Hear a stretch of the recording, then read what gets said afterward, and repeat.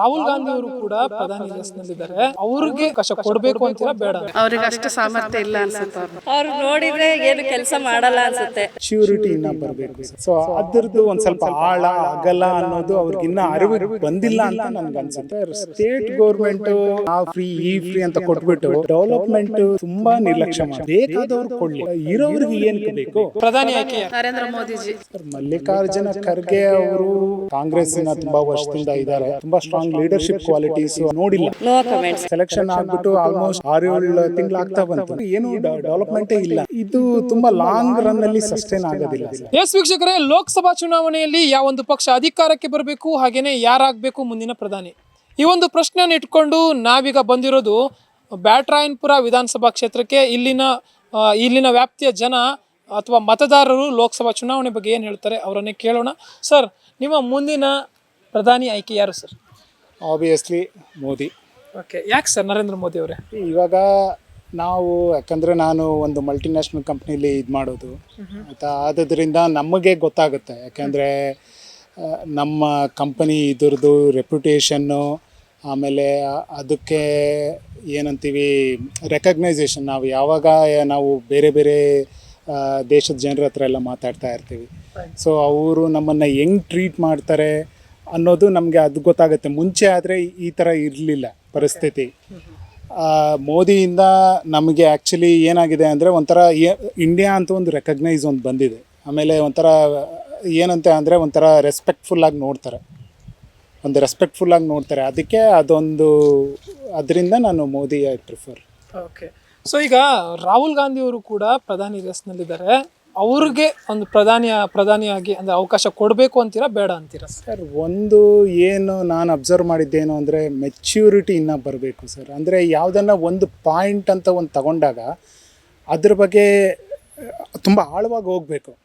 But ಅಲ್ಲಿ ಅವರು ಅಷ್ಟು ನನಗೆ ಅವರು ಏನನ್ನ ಒಂದು ವಿಷಯದ ಬಗ್ಗೆ ಏನಾದರೂ ಕೇಳಿದಾಗ ಅದು ಸಮಂಜಸವಾಗಿ ಅವರು ಇದು ಕೊಡಲ್ಲ. ಸೊ ಅದರದ್ದು ಒಂದು ಸ್ವಲ್ಪ ಆಳ ಅಗಲ ಅನ್ನೋದು ಅವ್ರಿಗಿನ್ನ ಅರಿವಿಗೆ ಬಂದಿಲ್ಲ ಅಂತ ನನಗನ್ಸುತ್ತೆ. ಆದುದರಿಂದ ನಾನು I don't prefer Rahul Gandhi. Sir, ಈಗ ಪ್ರೆಸೆಂಟ್ ಅಂದರೆ ನೀವು ಮೆಚುರಿಟಿ ಬಗ್ಗೆ ಮಾತಾಡಿದ ಒಂದು ನಿಟ್ಟಿನಲ್ಲಿ ಈಗ ಪ್ರೆಸೆಂಟ್ ಮಲ್ಲಿಕಾರ್ಜುನ ಖರ್ಗೆ ಅವರ ಹೆಸರು ಕೇಳಿ ಬರ್ತಾ ಇದೆ. ಸೊ ಅವ್ರ ಬಗ್ಗೆ ಏನು ಹೇಳ್ತೀರಾ? ಸರ್, ಮಲ್ಲಿಕಾರ್ಜುನ ಖರ್ಗೆ ಅವರು ಒಂದು ಕಾಂಗ್ರೆಸ್ಸಿನ ತುಂಬ ವರ್ಷದಿಂದ ಇದ್ದಾರೆ. ಬಟ್ ಆದ್ರೂ ಅವರು ನಾನು ನೋಡ್ದಂಗೆ ಏನಂತೀವಿ ತುಂಬ ಸ್ಟ್ರಾಂಗ್ ಲೀಡರ್ಶಿಪ್ ಕ್ವಾಲಿಟೀಸು ಅಷ್ಟೊಂದು ನಾವು ನೋಡಿಲ್ಲ. ಸೊ ಯಾವುದನ್ನ ಒಂದು ಇವಾಗ ಪಾಕಿಸ್ತಾನ್ ಇದಾದರೂ ಆಗ್ಬೋದು, ಅವರು ಏನಂತೀವಿ ನಾವು ದೃಢ ನಿರ್ಧಾರ ಅನ್ನೋದು ಇದೆಯಲ್ಲ, ಅದು ಹೆಂಗೆ ತಗೊತಾರೆ ಅನ್ನೋದು ನಾವು ಇದುವರೆಗೂ ನೋಡಿಲ್ಲ. ಯಾಕೆಂದರೆ ಅವ್ರಿಗೆ ಏನಂತೀವಿ ತುಂಬ ಸ್ಟ್ರಾಂಗ್ ಲೀಡರ್ಶಿಪ್ ಆಗಲಿ ಯಾವುದು ಅನ್ನೋದು ಕೊಟ್ಟಿಲ್ಲ ಅವ್ರಿಗೆ ಇದುವರೆಗೂ. ಅವ್ರು ಮಾಡಿದ್ದ ಅನುಭವ ಅಂದರೆ ಪಾರ್ಟಿಲಿದ್ದಾರೆ, ಸಣ್ಣ ಪುಟ್ಟ ಮಿನಿಸ್ಟರ್ಶಿಪ್ ಮಾಡಿದ್ದಾರೆ, ಇಲ್ಲ ಅಂತಲ್ಲ. ಬಟ್ ಆದರೆ ಅವ್ರಿಗೆ ತುಂಬ ಉನ್ನತ ಇದು ಕೊಟ್ಟಾಗ ಅವ್ರು ಹೆಂಗೆ ಬಿಹೇವ್ ಮಾಡ್ತಾರೆ ಅನ್ನೋದು ನಾವು ನೋಡಿಲ್ಲ. ಸೊ ಬಟ್ ಏನಾಗುತ್ತೆ ಅಂದರೆ ಎಗೇನ್ ಕಾಂಗ್ರೆಸ್ ಬಂದಾಗ ಏನಾಗುತ್ತೆ, ಇವಾಗ ಫಾರ್ ಎಕ್ಸಾಂಪಲ್ ಮನಮೋಹನ್ ಸಿಂಗ್ ಅವರು ಎಷ್ಟು ಏನಂತೀವಿ ಆರ್ಥಿಕತೆ ಇದ್ರ ಬಗ್ಗೆ ಅವರು ತುಂಬ ಬಟ್ ಅವ್ರನ್ನ ಹೆಂಗೆ ಮಾಡಿದ್ರು ಅನ್ನೋದು ನಿಮಗೂ ಎಲ್ರಿಗೂ ಗೊತ್ತಿದೆ, ಅದ್ರ ಬಗ್ಗೆ ಏನೂ ಹೇಳಬೇಕಾಗಿಲ್ಲ. ಬಟ್ ಆದ್ರೂ ಮಲ್ಲಿಕಾರ್ಜುನ ಖರ್ಗೆ ಅವರು ಅಷ್ಟು ನನಗೆ ಏನೋ ಸ್ಟ್ರಾಂಗ್ ಇಲ್ಲ ಅಂತ ನನಗೆ ಅನಿಸ್ತಾ ಇದೆ. ಸರ್, ಈಗ ಅಪೋಸಿಷನಲ್ಲಿ ಬಿಟ್ಟಾಕಿ ಈಗ NDAಯಲ್ಲಿ ಅಥವಾ BJPಯಲ್ಲಿ ಕೂಡ ಒಬ್ಬ ಸಮರ್ಥ ನಾಯಕ ಇಲ್ವಾ ಸರ್? ಅಂದರೆ ನರೇಂದ್ರ ಮೋದಿ ಅವ್ರನ್ನ ಹೊರತುಪಡಿಸಿದ್ರೆ ಸರ್, ಇವಾಗ ತುಂಬ ಸಮರ್ಥ ನಾಯಕರು ಇದ್ದಾರೆ, ಇಲ್ಲ ಅಂತಲ್ಲ. ಇವಾಗ ನಿತಿನ್ ಗಡ್ಕರಿ ಅವರಿದ್ದಾರೆ, ಅವರು ತುಂಬ ಒಳ್ಳೆ ಕ್ಲೀನ್ ಇಮೇಜ್ ಇದೆ, ಆಮೇಲೆ ಒಳ್ಳೆ ಇದು ಮಾಡ್ತಾರೆ. ಆಮೇಲೆ ಇದು ಬಂದ್ಬಿಟ್ಟು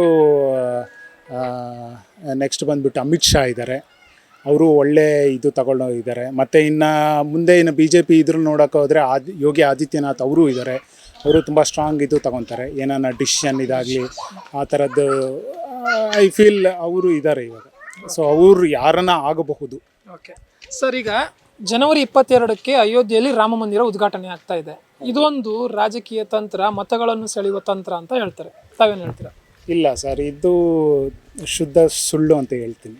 ಯಾಕೆ ಅಂದರೆ ಇವಾಗ ಫಾರ್ ಎಕ್ಸಾಂಪಲ್ ಇವಾಗ ಸರ್ ನಮ್ಮ ಭಾರತದ ಇದು ತಗೊಂಡಾಗ ಫಸ್ಟು ನಮ್ಮದೆಲ್ಲ ನಮ್ಮ ಹಿಂದೂ ಇದೇನೇ ಇದ್ದಿದ್ದು. ಆಮೇಲೆ ಅವರು ಇದು ಏನಂತೀವಿ ನಾವು ಮೊಘಲರು ಅವರು ಇವರು ಆದಮೇಲೆ ಬಂದಿದ್ದು. ಆವಾಗ ಏನಾಗಿದೆ ಅಂದರೆ ಅದು ಅಲ್ಲಿದ್ದಿದ್ದು ದೇವಸ್ಥಾನಗಳು ಕೆಲವೊಂದು ತುಂಬ ಇದ್ದಿದೆ. ಇವಾಗ ನಾವು ವಾರಣಾಸಿ ತಗೋಬೋದು, ಇದಾದರೂ ತಗೋಬೋದು. ಸೊ ಎಲ್ಲನೂ ಏನಾಗಿದೆ, ಆ ಮಸೀದಿಗಳ ಇದರದ್ದು ಇದು ಬಂದ್ಬಿಟ್ಟು ನಮ್ಮ ದೇವಸ್ಥಾನಗಳು ಇದರ ಮೇಲೆ ಕಟ್ಟಿರೋದಿದೆ. ಸೊ ಅಂಥ ಇದ್ದಿದ್ದಾಗ ಐ ಡೋಂಟ್ ಫೀಲ್ ಅದು ರಾಜಕೀಯವಾಗಿ ಇದಿಲ್ಲ. ಬಟ್ ಏನು ಮಾಡ್ತಿದ್ದಾರೆ, ಈ ವಿಷಯನ ರಾಜಕೀಯವಾಗಿ ಬಳಸ್ಕೊತಾ ಇದ್ದಾರೆ ಅಷ್ಟೇ. ಸೊ ಐ ಡೋಂಟ್ ಫೀಲ್ ಇದು ಇಟ್ಸ್ ಎ ಫೇರ್ ಸರ್. ಇವಾಗ ಏನಾಗಿದೆ ಅಂದರೆ ಎಷ್ಟೋ ಇದು ದೇವಸ್ಥಾನಗಳ ಮೇಲೆ ಮಸೀದಿ ಕಟ್ಟಿರೋದಿದೆ. ಸೊ ಆದುದರಿಂದ ಅದು it has to return back. Okay, Narendra ಮೋದಿಯವರ ಸರ್ಕಾರ ಒಂದು ಜಾತಿವಾದಿ ಸರ್ಕಾರ ಅಥವಾ ಕೋಮುವಾದಿ ಸರ್ಕಾರ, ಜಾತ್ಯತೀತ ಅಲ್ಲ ಅಂತ ಹೇಳ್ತಾರೆ. ಇಲ್ಲ, ಇದು ಶುದ್ಧ ತಪ್ಪು. ಎಗೇನ್ ಇವಾಗ ಅವರು ಏನಂತೀವಿ, ಇವಾಗ ಮೋದಿ ಅವರು ಅದು ಏನಂತೀವಿ ಹಣಕಾಸಿನ ಇದು ಕೊಟ್ಟಾಗ ಹಿಂದೂಗಳಿಗಿಂತ ಮುಸ್ಲಿಮ್ ಮತ್ತು ಹಿಂದುಳಿದ ಅಲ್ಪಸಂಖ್ಯಾತ ಏನಂತ ಕರಿತೀವಲ್ಲ ಅವ್ರಿಗೆ ಜಾಸ್ತಿ ಕಾಂಟ್ರಿಬ್ಯೂಷನ್ ಹೋಗ್ತಾ ಇದೆ. ಸೊ ಹಿಂದೂ ಇದಕ್ಕೆ ನಾವು ಕಂಪೇರ್ ಮಾಡಿದಾಗ ಅದು ನಮಗೆ ಸ್ವಲ್ಪ ಕಮ್ಮಿನೇ ಇದೆ, ಇಲ್ಲ ಅಂತಲ್ಲ. ಬಟ್ ಏನಾಗಿದೆ ಅಂದರೆ ಅದನ್ನು ಯಾರು ಬಿಂಬಿಸಕ್ಕೆ ಹೋಗ್ತಾ ಇಲ್ಲ. ಬೇರೆ ಅವರು ಹಿಂದೂತವಾದಿ, ಹಿಂದೂ ಇದು ಅದು ಇದು ಅಂತ ಹೇಳ್ಕೊಂಡು ಹೋಗ್ತಾ ಇದ್ದಾರೆ. ಅದು ಇಲ್ಲ, ನಾನು ಒಪ್ಕೊಳ್ಳೋದಿಲ್ಲ. ಓಕೆ, ಈಗ ಪ್ರೆಸೆಂಟ್ ಸ್ಟೇಟ್ ಗೌರ್ಮೆಂಟ್ ಬಗ್ಗೆ ಹೇಳೋದಾದರೆ ಸರ್, ಸ್ಟೇಟ್ ಗೌರ್ಮೆಂಟು ಇದು ಏನು ಮಾಡ್ತಿದ್ದಾರೆ ಅಂದರೆ ಅದು ಈ ಫ್ರೀ ಅಂತ ಕೊಟ್ಬಿಟ್ಟು ಡೆವಲಪ್ಮೆಂಟು ತುಂಬ ನಿರ್ಲಕ್ಷ್ಯ ಮಾಡ್ತಾಯಿದ್ದಾರೆ. ತುಂಬ ನಿರ್ಲಕ್ಷ್ಯ ಮಾಡ್ತಾಯಿದ್ದಾರೆ. ಇವಾಗ ಫಾರ್ ಇನ್ಸ್ಟೆನ್ಸ್ ಇವಾಗ ರೋಡ್ ಇದು ಇನ್ಫ್ರಾಸ್ಟ್ರಕ್ಚರ್ ನೋಡಿ, ಅಂದರೆ ಒಂದು ಏನು ಅಂದರೆ ಏನು ಡೆವಲಪ್ಮೆಂಟೇ ಇಲ್ಲ. ಇಟ್ಸ್ ಆಲ್ಮೋಸ್ಟ್ ಇವಾಗ ಅದು ಸೆಲೆಕ್ಷನ್ ಆಗಿಬಿಟ್ಟು ಆಲ್ಮೋಸ್ಟ್ ಹತ್ತತ್ರ 6-7 ತಿಂಗಳಾಗ್ತಾ ಬಂತು. ಏನು ಇದು ಮಾಡಿದ್ದಾರೆ ಡೆವಲಪ್ಮೆಂಟ್? ಏನೂ ಮಾಡಿಲ್ಲ. ಸೊ ಇದು ತುಂಬ ಲಾಂಗ್ ರನ್ನಲ್ಲಿ ಸಸ್ಟೈನ್ ಆಗೋದಿಲ್ಲ ಸರ್. ಇದು ಏನು ಫ್ರೀ ಸ್ಕೀಮ್ಸ್ ಏನು ಕೊಟ್ಟಿದ್ದಾರಲ್ಲ, ಇದು ಲಾಂಗ್ ರನ್ನಲ್ಲಿ ಇದು ಮಾಡೋದಕ್ಕೆ ಏನಾಗುತ್ತೆ ಅಂದರೆ ಅದು ಫೈನಾನ್ಷಿಯಲ್ ಬರ್ಡನ್ ಜಾಸ್ತಿ ಆಗುತ್ತೆ ಸ್ಟೇಟ್ ಗೌರ್ಮೆಂಟು. ಮತ್ತು ಏನು ಅಂದರೆ ಅದು ಏನು ಹಣ ಅದು ಏನು ವ್ಯವಸ್ಥೆ ಇದು ಮಾಡ್ತಾ ಇದ್ದಾರಲ್ಲ, ಅದು ಏನಾಗ್ತಾ ಇದೆ ಅಂದರೆ ಡೆವಲಪ್ಮೆಂಟ್ ಇದಕ್ಕೆ ಆಗ್ತಾ ಇಲ್ಲ. ಸೊ ಕೊಳ್ಳಿ ಸರ್, ನಾನು ಅದು ಫ್ರೀ ಇದ್ರ ಬಗ್ಗೆ ನಾನೇನು ಇದು ಮಾಡ್ತಿಲ್ಲ. ಬೇಕಾದವ್ರು ಕೊಳ್ಳಿ, ಇರೋವ್ರಿಗೆ ಏನಕ್ಕೆ ಬೇಕು, ಇರೋವ್ರಿಗೆ ಏನಕ್ಕೆ ಕೊಡಬೇಕು? ಸೊ ಇವಾಗ free scheme, free bus scheme ಅಂತ ಇದೆ, ಕೊಡಿ. ಪಾಪ ಅವರು ಹಿಂದುಳಿದ ಇವ್ರಿಗೆ ಅಥವಾ ಆರ್ಥಿಕವಾಗಿ ಹಿಂದುಳಿದಿರ್ತಾರಲ್ಲ ಅವ್ರಿಗೆ ಕೊಳ್ಳಿ, ಸಂತೋಷ. ಅಥವಾ ಅವ್ರಿಗೆ ಬೇರೆ ಫೆಸಿಲಿಟೀಸ್ ಆಗಲಿ, ಅವ್ರಿಗೆ ಏನಂತೀವಿ ಅವರ ವೃದ್ಧಾಪ್ಯ ವೇತನ ಅದೆಲ್ಲ ಕೊಡಲಿ, ಸಂತೋಷ, ಇಲ್ಲ ಅಂತಲ್ಲ. ಬಟ್ ಉಳ್ಳವ್ರಿಗೆ ಹೋಗ್ತಾ ಇದೆ ಅದು. ಇಲ್ಲಂಗಿರೋದಕ್ಕಿಂತ ಇವಾಗ ಫಾರ್ ಇನ್ಸ್ಟೆನ್ಸ್ ಇವಾಗ ಮನೆ ಕಟ್ಟೋರು ಅವರೆಲ್ಲೋ ಯಾದಗಿರಿನೋ ಅಲ್ಲಿಂದ ಎಲ್ಲ ಬಂದಿರ್ತಾರೆ, ಕಟ್ಟಡ ಕಾರ್ಮಿಕರು ಅವ್ರು ಇಲ್ಲಿ ಬಂದಿರ್ತಾರೆ. ಅವ್ರಿಗೆ ಎಲ್ಲಿ ಇದು ಮಾಡ್ತಾರೆ? ಅವ್ರಿಗೆ ಇಲ್ಲಿ ಏನು ಅವ್ರಿಗೆ ಇಲ್ಲಿ ಇರೋದಕ್ಕೆ ಆಧಾರ್ ಕಾರ್ಡ್ ಇದಿರೋದಿಲ್ಲ, ರೇಷನ್ ಕಾರ್ಡ್ ಇರೋದಿಲ್ಲ. ಸೊ ಅಂಥವ್ರು ಕೊಳ್ಳಿ, ಇಲ್ಲ ಅಂತಲ್ಲ. ಬಟ್ ಉಳ್ಳವರು ಕೊಟ್ಟರೆ ಏನು ಇದು ಅದು ಸೊ ಒಳ್ಳೆ ರೀತಿಲಿ ರೀಚ್ ಆಗ್ತಾ ಇಲ್ಲ, ಒಳ್ಳೆ ರೀತಿಲಿ ಇಲ್ಲ, ಆಗ್ತಾ ಇಲ್ಲ. ಕೊಡೋರು ಕೊಳ್ಳಿ, ಇಲ್ಲ ಅಂತಲ್ಲ. ಬಟ್ ಅದು ಬೇರೆ ರೀತಿ ಇದು ಹೋಗ್ತಾ ಇದೆ ಅನ್ನೋದು ದಟ್ ಇಟ್ಸ್ ನಾಟ್ ಗುಡ್. ಆಮೇಲೆ ಫೈನಾನ್ಷಿಯಲಿ ಇದು ಏನಾಗುತ್ತೆ, ಇನ್ನು ಎಷ್ಟು ವರ್ಷ ರನ್ ಮಾಡ್ತಾರೆ ಅನ್ನೋದು ನಾವು ನೋಡಬೇಕಾಗಿದೆ. ಅದು 5 ಏನೋ ಸ್ಕೀಮುಗಳು ಕೊಟ್ಟಿದ್ದಾರಲ್ಲ, ಅದು ಇನ್ನು ಅದು ಎಷ್ಟು ವರ್ಷ ರನ್ ಮಾಡ್ತಾರೆ ಅದು. ಯಾಕೆಂದರೆ ಇಟ್ ಕಾಂಟ್ ಸರ್, ಅದು ತುಂಬ ವರ್ಷಗಳು ರನ್ ಮಾಡೋಕ್ಕಾಗಲ್ಲ. ಇವಾಗ ಫಾರ್ ಎಕ್ಸಾಂಪಲ್ ಮೊನ್ನೆ ಯಾವುದೋ ಒಂದು ರಿಪೋರ್ಟ್ ನೋಡಬೇಕಾದ್ರೆ KSRTCಗೇನೆ ಹತ್ತತ್ರ 300-400 ಕೋಟಿ ಅದೆಷ್ಟೋ ಇದು ಕೊಡಬೇಕು. ಅದೇನೋ ಶ್ರೀ ಶಕ್ತಿ ಅದರಿಂದ ಅದು ಕೊಡಬೇಕು, ಶಕ್ತಿ ಯೋಜನೆಯಿಂದ ಅದು ಕೊಡಬೇಕು. ದುಡ್ಡು ಎಲ್ಲಿದೆ ಇದು ಮಾಡೋದಕ್ಕೆ? ಸರ್, ಈಗ 4 ಯೋಜನೆಗಳು ಅಂದರೆ ಟೋಟಲ್ 5 ಯೋಜನೆಗಳಲ್ಲಿ 4ನೇ ಯೋಜನೆ ಮೊನ್ನೆ ರೀಸೆಂಟಾಗಿ ಡಿಸೆಂಬರ್ 26ಕ್ಕೆ ಜಾರಿಗೆ ಬಂತು, ಯುವ ನಿಧಿ ಅಂತ. ಅದ್ರ ಬಗ್ಗೆ ಪರ್ಟಿಕ್ಯುಲರ್ ಆಗಿ ಹೇಳೋದಿದ್ರೆ ಏನು ಹೇಳ್ತೀರಾ ಸರ್? ಸರ್, ಅದು ಯುವ ನಿಧಿ ಕೊಳ್ಳಿ, ಇಲ್ಲ ಅಂತಲ್ಲ. ಬಟ್ ಏನಾಗಿದೆ ಅಂದರೆ ಇವರು ಗೋರ್ಮೆಂಟ್ ಅವರು ಏನು ಮಾಡಬೇಕು, ಅದು ಉದ್ಯೋಗ ಅವಕಾಶಗಳನ್ನ ಹೆಚ್ಚಿಗೆ ಮಾಡಬೇಕು. ಉದ್ಯೋಗ ಅವಕಾಶಗಳು ಅಂದರೆ ಇವಾಗ ಏನಾಗೋದು, ಇವಾಗ ಖಾಸಗಿ ಕಂಪನಿಗಳ ಜೊತೆ ಒಡಂಬಡಿಕೆ ಮಾಡಿಕೊಂಡು ಅಥವಾ ಏನಾದರೂ ಸಣ್ಣ ಕೈಗಾರಿಕೆ ಉತ್ತೇಜನ ಕೊಡೋಂಗೆ ಮಾಡಿ, ಅದು ಏನು ಕೊಡ್ತಾಯಿದ್ರು ಇಲ್ಲ ಅಂತಲ್ಲ, ಬಟ್ ಏನು ಮಾಡಬೇಕು ಅಂದರೆ ಅವ್ರಿಗೆ ಕಾಲೇಜು ಇದರಿಂದಾನೇ ಅವ್ರಿಗೆ ಹೆಂಗೆ ಮುಂದೆ ವೃತ್ತಿಪರ ಇದರಲ್ಲಿ ಹೆಂಗೆ ಇದು ಮಾಡಬೇಕು ಅನ್ನೋದು ಟ್ರೈನಿಂಗ್ ಕೊಟ್ಟರೆ ಏನಾಗುತ್ತೆ ಅಂದರೆ ಅವರು ಕಾಲೇಜು ಮುಗಿದ ತಕ್ಷಣ ಅವರು ಬೇಗ ಬೇಗ ಕೆಲಸಕ್ಕೂ ಸೆಲೆಕ್ಟ್ ಆಗ್ಬೋದು. ಸೊ ಅದ್ರದ್ದು ಆ ಥರ ಕೊಟ್ಟರೆ ಒಳ್ಳೆಯದು. ಅಂದರೆ ಅಷ್ಟು ದುಡ್ಡು ವಹಿಸೋದಕ್ಕಿಂತ ಸೊ ಅಂದರೆ ಆ ರೂಟ್ ಲೆವೆಲ್ಲಿಂದನೇ ಅವ್ರಿಗೆ ಟ್ರೈನ್ ಮಾಡ್ಕೊಂಡು ಹೋದರೆ ಏನಾಗುತ್ತೆ ಅಂದರೆ ಅವರು ಮುಂದೆ ಕಾಲೇಜ್ ಮುಗ್ದಿದ ತಕ್ಷಣ ಅವರು ಬೇರೆ ಕೆಲಸಗಳು ಸೇರ್ಕೊಳ್ಳೋದಕ್ಕೋ ಇದಕ್ಕೋ ತುಂಬ ಅನುಕೂಲ ಆಗುತ್ತೆ. ಸೊ ಅದು ನನ್ನ ಇದು ಅನಿಸಿಕೆ. ಓಕೆ ಸರ್, ಈಗ ಫೈನಲಿ ಒಂದು ಇನ್ನೇನು ಲೋಕಸಭಾ ಚುನಾವಣೆ ಇನ್ನೇನು ಕೆಲವೇ ತಿಂಗಳಲ್ಲಿ ಬರ್ತಾ ಇದೆ. ಸೊ ಆ ನಿಟ್ಟಿನಲ್ಲಿ ಯುವ ಮತದಾರರು ಯಾವ ರೀತಿ ಮತದಾನವನ್ನು ಮಾಡಬೇಕು, ಯಾವುದನ್ನು ಮೈಂಡಲ್ಲಿ ಇಟ್ಕೊಂಡು ಮಾಡಬೇಕು ಅಂತೀರಾ? ಸರ್, ಒಂದು ಯುವ ಮತದಾರರಿಗೆ ನಾನು ಏನಂತ ಹೇಳ್ತೀನಿ ಅಂದರೆ, ಒಂದು ನೀವು ಒಂದೇ ಇದರಲ್ಲಿ ನೋಡಬೇಡಿ, ಅಂದರೆ ಒಂದೇ ದೃಷ್ಟಿಕೋನದಲ್ಲಿ ನೋಡಬೇಡಿ. ಇವಾಗ ಯಾವುದೇ ಒಂದು ಪಾರ್ಟಿ ತೊಗೊಂಡ್ರು, ಇವಾಗ ಫಾರ್ ಇನ್ಸ್ಟೆನ್ಸ್ ಇವಾಗ ಕಾಂಗ್ರೆಸ್ಸಲ್ಲೂ ಪ್ಲಸ್ ಆರ್ ಮೈನಸ್ ಇದೆ, BJPಯಲ್ಲೂ ಪ್ಲಸ್ ಆರ್ ಮೈನಸ್ ಇದೆ.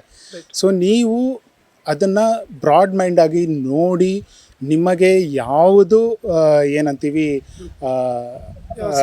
ಯಾವುದು ಸೂಕ್ತ ಅನಿಸುತ್ತೋ ಅದರ ಮೇಲ್ಗಡೆ ಅವರು ಡಿಸೈಡ್ ಮಾಡಬೇಕು. ಯಾಕೆಂದರೆ ಇವಾಗ ಅವ್ರಿಗೆ ತರ್ಕ ಮಾಡೋ ಇದಿರುತ್ತೆ, ಯಾಕೆಂದರೆ ಯಾವುದಿದೆ ಯಾವುದು ಕರೆಕ್ಟ್ ಇಲ್ಲ ಯಾವುದು ತಪ್ಪು ಅನ್ನೋದು ಅವ್ರಿಗೆ ಇದು ಮಾಡೋ ಇದಿರುತ್ತೆ. ಸೊ ಯಾಕಂದರೆ ಅದರಿಂದ ಅವರು ಬೆಟರ್ ಅದನ್ನು ಇದು ಮಾಡಿಕೊಂಡು ಆ ದೃಷ್ಟಿಕೋನದಲ್ಲಿ ನೋಡಿಕೊಂಡು ಅವರು ಇದು ಮಾಡಿದ್ರೆ ಒಳ್ಳೆಯದು. ನಮಸ್ತೆ ಮ್ಯಾಮ್, ನಿಮ್ಮ ಮುಂದಿನ ಪ್ರಧಾನಿ ಆಯ್ಕೆ ಯಾರು? ನರೇಂದ್ರ ಮೋದಿಜಿ. ಯಾಕೆ ಮೇಡಮ್ ನರೇಂದ್ರ ಮೋದಿ ಅವರೇ? ನರೇಂದ್ರ ಮೋದಿಜಿ ಅಂದರೆ ಅವ್ರ ಆಡಳಿತ ಈಗ 10 ವರ್ಷದಲ್ಲಿ ಚೆನ್ನಾಗಿದೆ, ತುಂಬ ಜನ ಮೆಚ್ಚುಗೆ ಆಗಿದೆ. ಎಲ್ಲ ಲೋಕಲ್ ಆದರೂ ಯಾರಾದ್ರೂ ಸಮಾನತೆಯನ್ನು ನೋಡ್ತಾರೆ ಅವರು. ಹಾಗಾಗಿ ಅವರು ಆಡಳಿತ ಉತ್ತಮವಾಗಿದೆ, ಹಾಗಾಗಿ ಅವರೇ ಇಷ್ಟ ನಮಗೆ, ನರೇಂದ್ರ ಮೋದಿ. ಓಕೆ, ಈಗ ರಾಹುಲ್ ಗಾಂಧಿ ಅವ್ರಿಗೆ ಒಂದು ಅವಕಾಶ ಕೊಡ್ಬೋದು ಅನ್ಸುತ್ತಾ, ಬೇಡ ಅನ್ಸುತ್ತಾ? ಇಲ್ಲ, ಬೇಡ ಅನ್ಸುತ್ತೆ. ಯಾಕೆ ಮೇಡಮ್ ರಾಹುಲ್ ಗಾಂಧಿ ಬೇಡ ಅನ್ಸುತ್ತೆ? ಅವ್ರಿಗೆ ಅಷ್ಟು ಸಾಮರ್ಥ್ಯ ಇಲ್ಲ ಅನ್ಸುತ್ತೆ ಅವ್ರನ್ನ. ಓಕೆ, ಸಾಮರ್ಥ್ಯ ಇಲ್ಲ ಅಂತ. ಓಕೆ, ಈಗ ನರೇಂದ್ರ ಮೋದಿ ಅವರ ಸರ್ಕಾರ ಏನು ನಡೀತಿದೆ 2 ವರ್ಷ ಅಂದರೆ 2 ಅವಧಿಗೆ ಮುಗೀತು, 10 ವರ್ಷ ಕಾಲ ಮುಗಿತಾ ಬಂತಿನೇನು. ಸೊ ಮುಂದಿನ ಬಾರಿ ಮತ್ತೆ ಪ್ರಧಾನಿ ಆಗಲಿ ಅಂದ್ರಲ್ಲ, ಯಾವ ಎಕ್ಸ್ಪೆಕ್ಟೇಷನ್ ಇಟ್ಕೋತೀರಾ ಇನ್ನು ನೆಕ್ಸ್ಟ್ ಅವರ ಒಂದು ಅವಧಿಯಲ್ಲಿ? ಅವ್ರು ಏನೇ ಯೋಜನೆ ಹಾಕಿದ್ರು ಅವರು ನಮ್ಮ ಎಲ್ಲ ನಮ್ಮ ಜನತೆಗೆ ಒಳಿತೆ ಆಗ್ತಾ ಇದೆ. ಹಂಗಾಗಿ ಅವರೇ ನಮಗೆ ಪ್ರಧಾನಮಂತ್ರಿ ಆಗಲಿ ಅಂತ ಈಗ ಉದಾಹರಣೆಗೆ ಅಯೋಧ್ಯೆನೇ ನೋಡ್ತಾ ಇದ್ದಾರಲ್ಲ ಎಲ್ಲರೂ, ದೇಶ ಚೆಂಡೆತ್ತಿ ನೋಡೋ ಥರ ಅವ್ರು ಮಾಡಿದ್ದಾರೆ ಅಯೋಧ್ಯೆನ. ಅದಕ್ಕೋಸ್ಕರನೇ ನಮಗೆ ನರೇಂದ್ರ ಮೋದಿ ಅವರೇ PM ಆಗಬೇಕು ಅನ್ನೋದು ಆಸೆ ನಮಗೆ. ಓಕೆ, ಹಾಗಿದ್ರೆ ಈಗ ಪ್ರೆಸೆಂಟ್ ಗೌರ್ಮೆಂಟ್, ಸ್ಟೇಟ್ ಗೌರ್ಮೆಂಟ್ ನೋಡೋದಾದ್ರೆ ರಾಜ್ಯ ಸರ್ಕಾರದ ಬಗ್ಗೆ ಏನು ಹೇಳ್ತೀರಾ? ರಾಜ್ಯ ಸರ್ಕಾರದ ಬಗ್ಗೆ ಅಂದರೆ ಅದೇ ಸುಮ್ಮನೆ ತರಲೆ ಮಾಡ್ಕೊಂತ ಅದು ಆ ಉಚಿತ ಈ ಉಚಿತ ಅಂತೇಳಿ ಅದು ಯಾವುದೂ ಅವ್ರ ಕೈಲಿ ನಿಭಾಯಿಸೋಕೆ ಆಗ್ತಾಯಿಲ್ಲ. ಆ ಥರ ಆಗ್ತಾಯಿದೆ. ಕೊಡೋದಿದ್ರೆ ಅವರು ಇವ್ರಿಗೆ ಕೊಡಬೇಕಾಯ್ತು, ಸ್ಟೂಡೆಂಟ್ಸಿಗೆ ಕೊಡಬೇಕಾಯ್ತು. ಅದನ್ನು ಬಿಟ್ಟು ಸುಮ್ಮನೆ ಫ್ರೀ ಕೊಡಬೇಕಾಯ್ತು ಬಸ್ಸಿಗೆ. ಅದನ್ನು ಬಿಟ್ಟು ಸುಮ್ಮನೆ ಹೇಳ್ತಾ ಇದ್ದಾರೆ ಆ ಮಹಿಳೆಯರಿಗೆ ಈ ಸುಮ್ಮನೆ ಮಹಿಳೆಯರೆಲ್ಲ ಸುಮ್ಮನೆ ಕೆಲಸ ಇಲ್ದಲೆ ಅಲ್ಲೋಗಿ ಇಲ್ಲೋಗಿ ಆ ತೊಂದರೆ ಈ ತೊಂದರೆ ಅನುಭವಿಸ್ತಾ ಇರೋದು ನಮ್ಮ ರಾಜ್ಯನೇ ನೋಡ್ತಾ ಇದೆಯಲ್ಲ. ಅದಕ್ಕೋಸ್ಕರ ನಮಗೇನು ಇಷ್ಟ ಆಗ್ತಿಲ್ಲ ಫ್ರೀ ಕೊಟ್ಟಿರೋದು. ಮೇಡಮ್, ವಿಶೇಷವಾಗಿ ಮಹಿಳೆಯರ ಸಬಲೀಕರಣಕ್ಕೋಸ್ಕರ ಮಾಡಿದಂಥ ಯೋಜನೆಗಳು. ಸೊ ಹಾಗಿದ್ರೆ ಮಹಿಳೆಯರಿಗೇನು ಅನುಕೂಲ ಇಲ್ಲ ಅಂತೀರಾ, ಮತ್ತು ಅವಶ್ಯಕತೆ ಇಲ್ಲ ಅಂತೀರಾ? ಹಾಗಿದ್ರೆ ಇಲ್ಲ, ಅವಶ್ಯಕತೆ ಇಲ್ಲ. ಅವಶ್ಯಕತೆ ಅದನ್ನು ಉಪಯೋಗ ಪಡ್ಕೊತ ಇರೋರೇ ಬೇರೆ ಪಡ್ಕೊತಾ ಇದ್ದಾರೆ. ಹಂಗಾಗಿ ಸ್ಟೂಡೆಂಟ್ಗಳಿಗೆಲ್ಲ ತೊಂದರೆ ಆಗ್ತಾಯಿದೆ. ಅವರು ಡೈಲಿ ಓಡಾಡೋಕ್ಕೆ ಅವ್ರಿಗೆ ಆಗ್ತಾ ಇಲ್ಲ, ಜನಗಳಿಗೂ ಓಡಾಡೋಕ್ಕೆ ಆಗ್ತಾ ಇಲ್ಲ. ಅವಶ್ಯಕತೆ ಇರೋವಂಥವ್ರಿಗೆ ಸುಮ್ಮನೆ ಅದನ್ನು ಸಬಲೀಕರಣ ಅಂತ ಹೇಳಿ ಅವರ ಹೆಸರಿನಲ್ಲಿ ಅದೆಲ್ಲ ಸುಮ್ಮನೆ ಬೋಗಸ್ ಆಗ್ತಾ ಇದೆ. ಓಕೆ, ಈ ಒಂದು ಯೋಜನೆಗಳು ಏನಿದಾವೆ 5 ಯೋಜನೆಗಳು, ಇದನ್ನು ಬಿಟ್ಟು ಬೇರೆ ಯಾವ ಯೋಜನೆಗಳು ಮಾಡಿದ್ರೆ ಒಳಿತು ಅಂತೀರಾ ನೀವು, ಒಳ್ಳೇದು ಅಂತೀರಾ? ರಾಜ್ಯ ಸರ್ಕಾರದವರ ಸ್ಟೂಡೆಂಟ್ಸಿಗೆ ಉಚಿತ, ಇಲ್ಲ ಬಡ ಜನ ಇರ್ತಾರಲ್ಲ ಅಂಥವರಿಗೆ ಆರೋಗ್ಯದ ಬಗ್ಗೆ ಯಾವುದೇ ಒಂದು ಸ್ಕೀಮು, ರೈತರಿಗೆ ಯಾವುದೇ ಒಂದು ಒಳ್ಳೆಯದು ಸ್ಕೀಮು, ಆ ಥರ ಮಾಡಿದರೆ ನಮ್ಮ ರಾಜ್ಯಕ್ಕೆ ಒಳಿತು ಅನಿಸುತ್ತೆ. Yes ma'am, thank you. Madam, ನಿಮಗೆ ಮುಂದಿನ ಪ್ರಧಾನಮಂತ್ರಿ ಯಾರಾಗಬೇಕು? ನರೇಂದ್ರ ಮೋದಿ. ಯಾಕೆ ಮೇಡಮ್ ನರೇಂದ್ರ ಮೋದಿ ಅವರು? ಯಾಕೆಂದರೆ ಒಳ್ಳೆ ಕೆಲಸ ಮಾಡಿದ್ದಾರೆ, ದೇಶಕ್ಕೋಸ್ಕರ ಹೋರಾಡ್ತಾ ಇದ್ದಾರೆ, ಅವರೇ ಆಗಬೇಕು, ಮೋದಿನೇ ಆಗಬೇಕು. ಈಗ ರಾಹುಲ್ ಗಾಂಧಿ ಅವರು ಇದಾರಲ್ಲ, ಅವ್ರಿಗೊಂದು ಅವಕಾಶ ಕೊಡ್ಬೋದು ಅನ್ಸುತ್ತಾ, ಬೇಡ ಅನ್ಸುತ್ತೆ? ಬೇಡ ಸರ್, ಬೇಡ.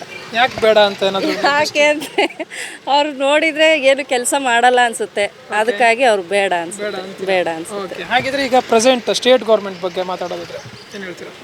No comments. ಏನು ಹೇಳೋಕ್ಕಾಗಲ್ಲ. ರಾಜ್ಯ ಸರ್ಕಾರದ ಬಗ್ಗೆ ಯಾವುದೇ ಅಭಿಪ್ರಾಯ ಇಲ್ವಾ?